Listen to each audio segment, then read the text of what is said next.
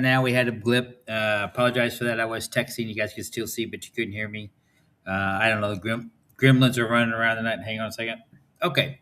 So back to what I was talking about before we went away for a little bit. Uh, you know, you have to stop the negative talk to yourself. That's the whole point of this conversation. Is that if you continue, you should never talk to you about yourself, your body, your being in a negative way because it's only going to project on you in a negative way. And that was the whole point of that conversation. And once I learned to stop doing that, I learned that I quit setting myself up for failure. And, one thing that I kept doing is I kept having a mental block on learning Italian, the Italian language. And I had to stop saying that to myself. I had to stop saying that, no, I'm not going to learn that. I'm too old. I'm too stupid. I'm too much of a hillbilly. You know, why are you even doing it? It's idiotic. You can't. And I was doing a lot of negative talk to myself. And once I stopped doing that, my Italian's gotten a whole lot better. And, to me, it was important to learn the language because obviously I have Italian friends and I want to be able to talk with them. And I do quite well. I can travel anywhere in this country now. In Italy, I can order food. I can carry on a very small conversation. But with my new instructor, which is actually Pepe's daughter, and she's a linguist, she really has improved my Italian. So the point of all that is that I was never going to learn Italian because I was setting myself up for failure for not to, because I kept telling myself I was too stupid to learn. I can never learn another language. I can never do this. And what I had to learn is that with any language, it takes a long time to learn, right? Because you think about it, when you're a child and you learn your native speaking language, it takes you a while to learn that. So, out of all that whole conversation, I just spent 25 minutes talking about the point I want to take out of it is that I want you to take out of it, and I want you to start working on this. Quit having negative thoughts or negative talk about yourself. When you wake up in the morning, you say, it's going to be a good day. I'm going to do a lot of good things today. I feel good. I'm happy. You know what? And I'm a warrior. I'm worthy. I matter. That's what it says on the back of my shirt, right? And I am going to do and have the best day possible and keep the positive thoughts going. And don't stop them. And try it, and you'll see that your days will start getting better.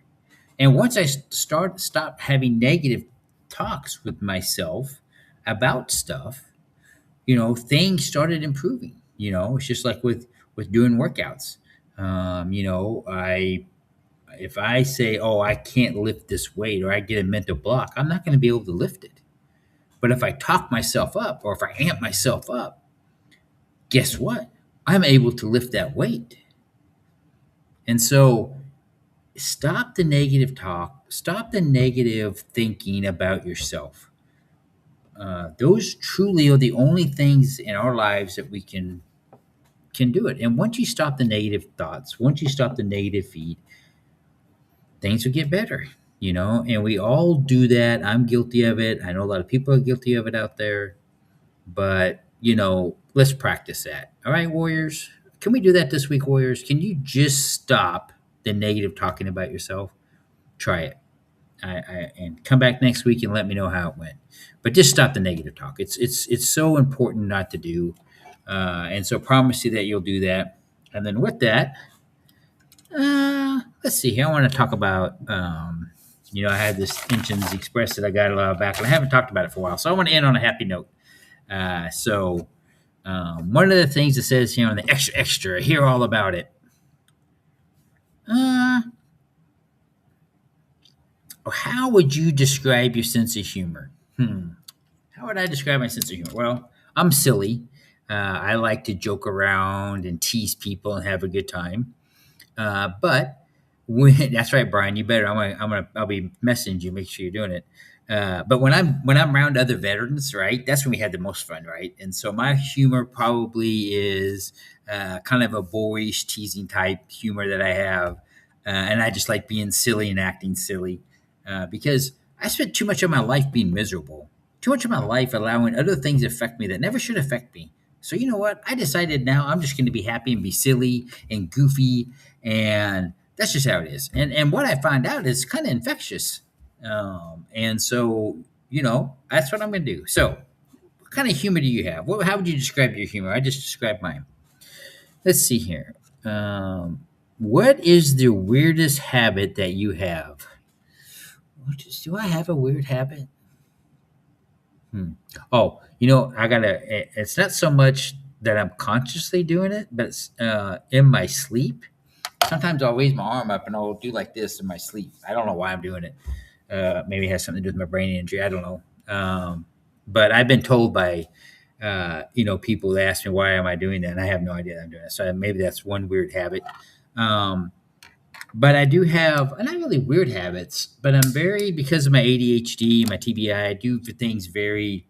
I have to do things very methodically, and so if in the pattern of me doing things methodically gets messed up, then it kind of discombobulates me.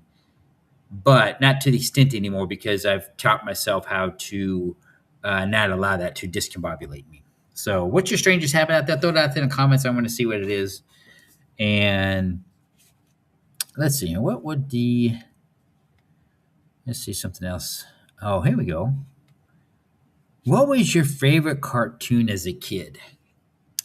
Favorite. I had several favorite cartoons. Of course, we had Bugs Bunny, Roadrunner, all those were around when I was a kid. I remember Voltron. I like watching Voltron. And as an adult, okay, what cartoons do you like as an adult? Let's put it there, okay? I like SpongeBob. I know, sounds kind of funny, but I like watching SpongeBob. I like Family Guy, American Dad, Futurama, all those older cartoons when they were on.